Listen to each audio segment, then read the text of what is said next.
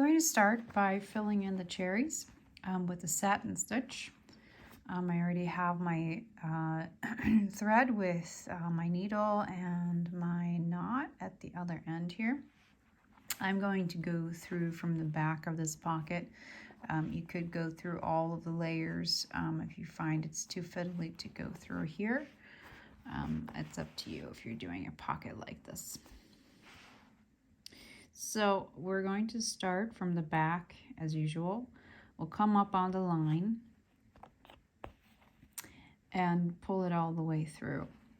Now, if you wanted a really neat satin stitch, and you're not going to outline it afterwards, it's a good idea to do a back stitch or split stitch all the way around your outline, and then stitch your satin stitch over that line. It just helps to keep your edges really neat. Now what we're going to do is we're going to actually backstitch after we've done the satin stitch, and so that's going to neaten up all those edges anyway, so we're not going to do that step here.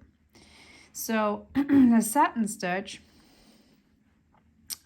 we're going to make our first stitch here along the edge, about here. Push it through, pull it through on the other end. Okay, so now the satin stitch works by placing single stitches really close to each other, one after the other, and that way you're filling in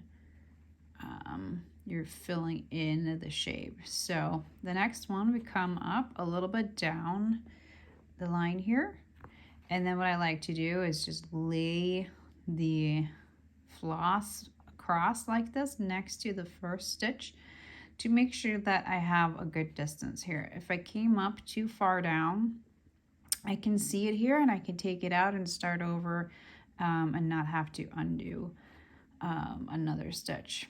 And I can also kind of see where I need to come down in order to make that stitch straight. So I need to come down right behind where I'm putting that down. So right about here is where I'm going to go through and then pull. And then we're going to keep doing that. So we're going to go down on the bottom a little bit here, and you're going to cover your highlight here. So what I would recommend is you can either take a photo out on your phone so that you can reference it later, or if you still have the other size, then you can use that as your reference later, because we're going to add those highlights in after we've filled in the shape. So we'll go ahead and do another one here, and we'll try to keep the angle of the stitches going the same way, but just like with the back stitch and the split stitch, we're not going for a machine embroidered look here. You know, we're going for a hand embroidered look, and so it does not need to be perfect. In fact, I think it actually looks a little bit better when you have imperfections.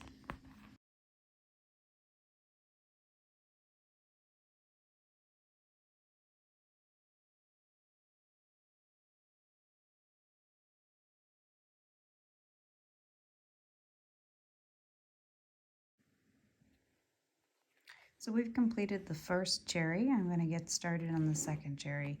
The angle that you choose to create your satin stitches is part of your artistic expression. I am going to choose to angle it a little bit this way here to show that the berries are at different angles.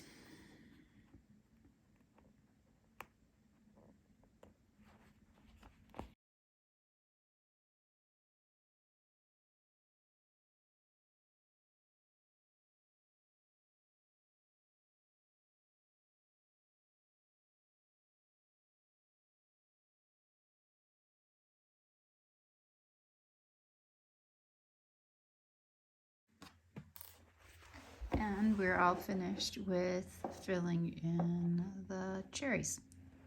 Next, I'm going to go ahead and fill in the leaves with the green in a very similar way with satin stitch.